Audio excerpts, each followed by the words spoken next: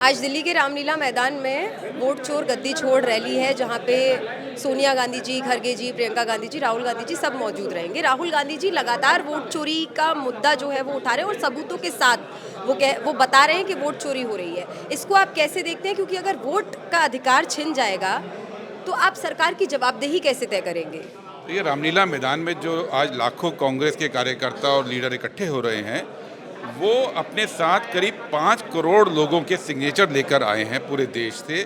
ये वो 5 करोड़ लोग हैं जिनके पास कांग्रेस पार्टी ने जाकर ये बात की है कि इस देश में आपके वोट की चोरी हो रही है, क्योंकि इस देश में फंडामेंटल राइट्स बहुत सारे हैं, लेकिन ये जो राइट है, कॉन्स्टिट्यूशनल राइट वोट का, ये एकमात्र अधिकार है जो हर व्यक्ति को असल में मिल गया था, पहले दिन से ही मिल गया था।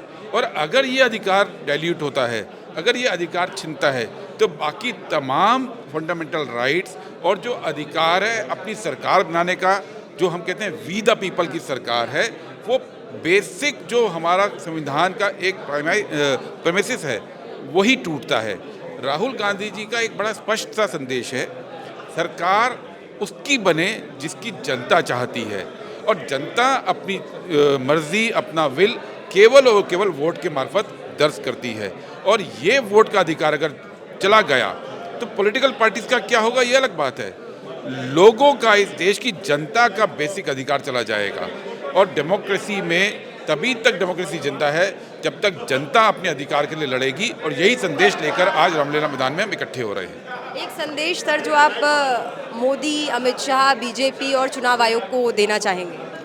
बहुत स्पष्ट हमारा कहना है, राहुल गांधी जी ने कुछ सवाल पूछे हैं, उन सवालों का जवाब चुनाव आयोग को देना चाहिए।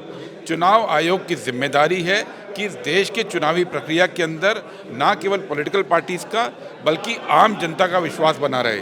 चुनाव आयोग वो संस्था है जिसकी नींव के ऊपर लोकतंत्र खड़ा है, और चुनाव आयोग अगर करोड़ों लोगों की शिकायत, जो 5 करोड़ लोगों के सिग्नेचर लेके आज हम इकट्ठा हुए हैं, अगर 5 करोड़ लोगों की बात का जवाब भी चुनाव आयोग नहीं देता है तो वो अपनी संवैधानिक जिम्मेदारी पूरी नहीं कर रहा है। मैं समस्त देश की जनता को ये बताना चाहता हूँ कि हमें सबको पता होना चाहिए, 1935 के एक्ट बनने से पहले भारत के अंदर वोट डालने का अधिकार चंद 3 श्रेणी के लोगों को था। पहला, जो लोग इनकम टैक्स पे करते थे, दूसरा जो बड़े बड़े जमींदार और रजवाड़े थे, और तीसरा जो लोग ग्रेजुएट थे। लेकिन एक ऐसी सामाजिक व्यवस्था थी जिसका संचालन मनुस्मृति से होता था, जिसकी वजह से इस देश की महिलाओं को, शूद्रों अछूतों को पढ़ने का अधिकार ही नहीं था, इसलिए वो ग्रेजुएट नहीं बन पाए। उनको व्यापार करने का भी अधिकार नहीं था, इसलिए वो व्यापारी भी नहीं बन पाए। उनको संपत्ति का भी अधिकार नहीं था, इसलिए वो जमींदार भी नहीं बन पाए। तो सोच के देखो, अगर डॉक्टर बाबा साहेब अम्बेडकर और तमाम हमारे देश के स्वतंत्रता सेनानी जो 1930, 31, 32 की राउंड टेबल कॉन्फ्रेंस में शामिल हुए और अंग्रेज सरकार को डॉक्टर बाबा साहेब अम्बेडकर जी ने कन्विंस किया कि देश के अंदर अमीर हो या गरीब हो, पढ़ा लिखा हो या अनपढ़ हो, सबको वोट का अधिकार होना चाहिए और सबकी वोट की कीमत बराबर होनी चाहिए। उसके बाद 1935 का अधिनियम आया, और उस अधिनियम के माध्यम से भारत में सभी लोगों को वोट का अधिकार मिला। 1 मैन 1 वोट, 1 वोट 1 वैल्यू। लेकिन दुखद ये है, उस वोट के अधिकार को इस्तेमाल करके जनता ने देश में सरकारें बनाई भी हैं और सरकारें गिराई भी हैं। आज लेकिन स्थिति कुछ और है। पहले आपकी वोट की कीमत थी, आपको पता होता था कि आप जिसको वोट दे रहे हैं वहीं पर आपका वोट जा रहा है। दूसरी बात, पहले इलेक्शन कमीशन निष्पक्ष होता था, जो फ्री फेयर ट्रांसपेरेंट चुनाव कराने की जिम्मेदारी होती थी उसको काफ़ी हद तक ईमानदारी से निभाता था, तो लोगों के वोट की वैल्यू थी। आज election commission of India BJP के लिए काम कर रहा है, वो निष्पक्ष नहीं रहा है।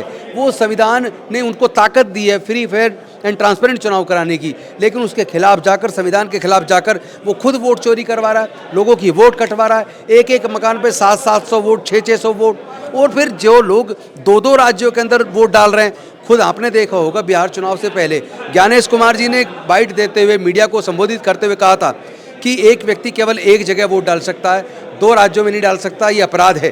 साथ में उन्होंने ये भी कहा था सबूत कहाँ है।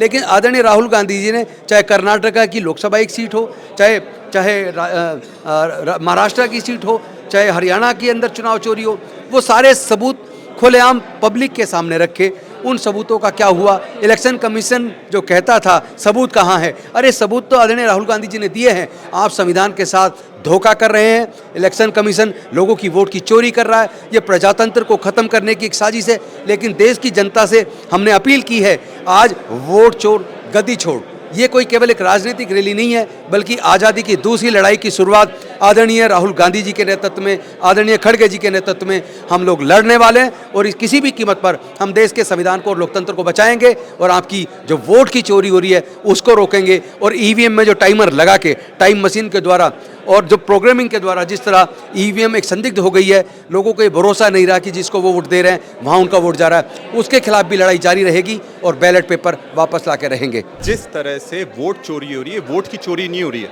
ये संविधान लोकतंत्र की चोरी हो रही है। और जब लोकतंत्र ही सुरक्षित नहीं रहेगा तो नागरिकों के जो अधिकार है वो पूरी तरह से खत्म कर दिए जाएंगे। क्योंकि जो सबसे ज़्यादा पूरे देश में अधिकारों का हनन हो रहा है वो आदिवासियों का हो रहा है। आज जो सबसे बड़ी जो पूंजी थी देश की, वो थी उसका ज़मीन, उसके जंगल, उसके जल। और आज अडानी के नाम पर पूरे मोदी जी पूरे जंगलों को ख़त्म करने का काम कर रहे हैं। चाहे आप हसदेव के जंगल ले लो, चाहे सिंगरौली के जंगल ले लो, चाहे उड़ीसा के जंगल ले लो, बड़ी बड़ी खदानों के चक्कर में आदिवासियों को जेलों में डाला जा रहा है, उनको नक्सली बोलकर मारा जा रहा है। और यही नहीं, सबसे ज़्यादा जो शोषण हो रहा है आज आदिवासियों का इस देश में हो रहा है। और ये बात हर आदिवासी के मन में बैठ गई है कि एक तरफ तो मोदी जी बोलते हैं कि एक पेड़ माँ के नाम लगाना, पर पूरे के पूरे जंगल वो अडानी के नाम कर रहे हैं। तो अब आदिवासी जाग रहा है और जो वोट का अधिकार है वो हम जाने नहीं देंगे। क्योंकि इस SIR की ड्राइव से अगर किसी को सबसे ज़्यादा नुकसान हुआ है वो आदिवासियों का हुआ है। क्योंकि सबसे ज़्यादा पलायन आदिवासियों का होता है, तो उनके सबसे ज़्यादा वोट कट रहे हैं, उनका अधिकार कट रहा है। और अगर हमने ये वोट चोरी नहीं रोकी तो आने वाले समय में लोकतंत्र नहीं बचेगा और चुनावों का कोई भी मतलब नहीं रह जाएगा। एक संदेश जो आप मोदी, अमित शाह, भारतीय जनता पार्टी और चुनाव आयोग को देना चाहेंगे? देखिए, बिरसा लड़े थे गोरों से और हम लड़ेंगे चोरों से। Rahul Gandhi, he is not only the leader, he is the leader, voice of the downtrodden people, voice of the sufferer people. जो गरीब है, जो हर रोज काम करके खाना पड़ता है, उनके लिए लड़ने वाला राहुल गांधी है। उनका पास एक ही उनका एसेट है, जो एक वोटर लिस्ट में उसका नाम को रहना और वोट देना। वो भी जब सरकार छीन लेने का कोशिश कर रहा है कि वो एक इंसान जब वोट दे रहा है, किसी को सोच के वोट दे रहा है, रिजल्ट जब आ रहा है, परिणाम देखने के बाद वो देखता है मैं तो इसको वोट नहीं दिया, फिर क्यों ऐसा हो रहा है।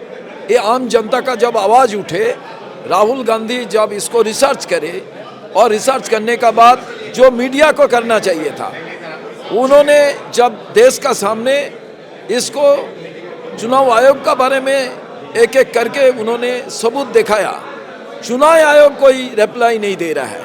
भाजपा मैदान में उतार के उन्होंने रिप्लाई दे रहा है, जो गलत है। चुनाव आयोग को रिप्लाई देना चाहिए, नहीं तो राहुल गांधी का विरोध में कार्रवाई करना चाहिए। आज तक तो वो नहीं किया है।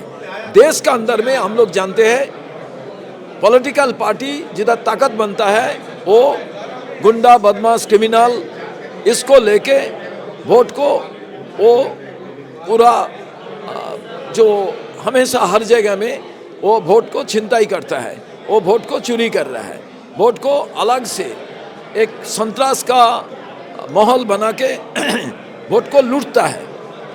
चुनाव आयोग को भी सरकार का साथ मिल के एक जो इलीगल कनाइवेंस बना के वोट चोरी करेगा, उसको पता किसी का नहीं था। राहुल गांधी एक एक करके हरियाणा, महाराष्ट्र 2019 भी राहुल जी को सरकार बनाने का मौका जनता दिया था, वो भी परिणाम दूसरी हो गया। ये जब एक एक करके उन्होंने उनका पूरा डिटेल्स रिपोर्ट जनता का सामने रखा, जो हिस्ट्री में पहला दफ़ा ऐसा प्रेस कॉन्फ्रेंस हुआ था, उसका बाद जनता का पता हो गया जे चुनाव आयोग का काम क्या है।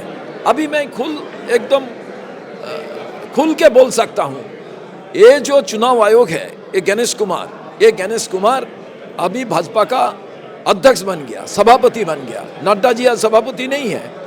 अमित शाह एंड मोदी जी ये दोनों भाजपा का नेता नहीं है। भाजपा का असली नेता का नाम है गणेश कुमार।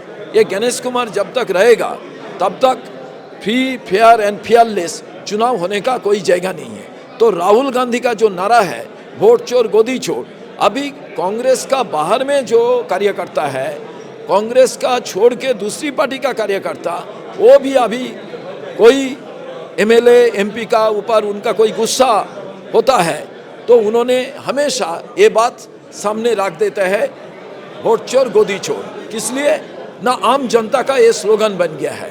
आज सबको पता हुआ जो चुनाव आयोग और भाजपा मिल के उन्होंने एक अलग संधि बना के, अलग कॉन्निवेंस करके ये वोट चोरी कर रहा है। इसका विरोध में आवाज उठाना चाहिए। क्यों? भारत का सबसे ब्यूटी ऑफ डेमोक्रेसी चुनाव का माध्यम से हुआ, जो 1952 से आज तक कांग्रेस आम जनता का बीच में दिया है। इसलिए बहुत्ववाद का जो सोच है, ये सोच को खत्म करके मनुवाद का सोच को ले आगे बढ़ाने का जो इनका प्रयास है, ये प्रयास में सबसे गलत चीज़ ये है जे आने वाला दिन में आदमी उनका वोटर लिस्ट में नाम नहीं रहेगा, तो वोटर लिस्ट में उनका नाम नहीं रहेगा, उन्होंने हर चीज़ से उन्होंने वंचित होगा। इसका विरोध में ये आवाज़ है। हम लोग सब रामलीला मैदान में जा रहा है। राहुल गांधी आने वाला दिन में एक ही हमारा लीडर है, सारा देश का एक ही सपना है। राहुल गांधी जो लड़ाई लड़ रहा है हर इंसान के लिए, नौजवान वोटर के लिए भी ये लड़ाई है।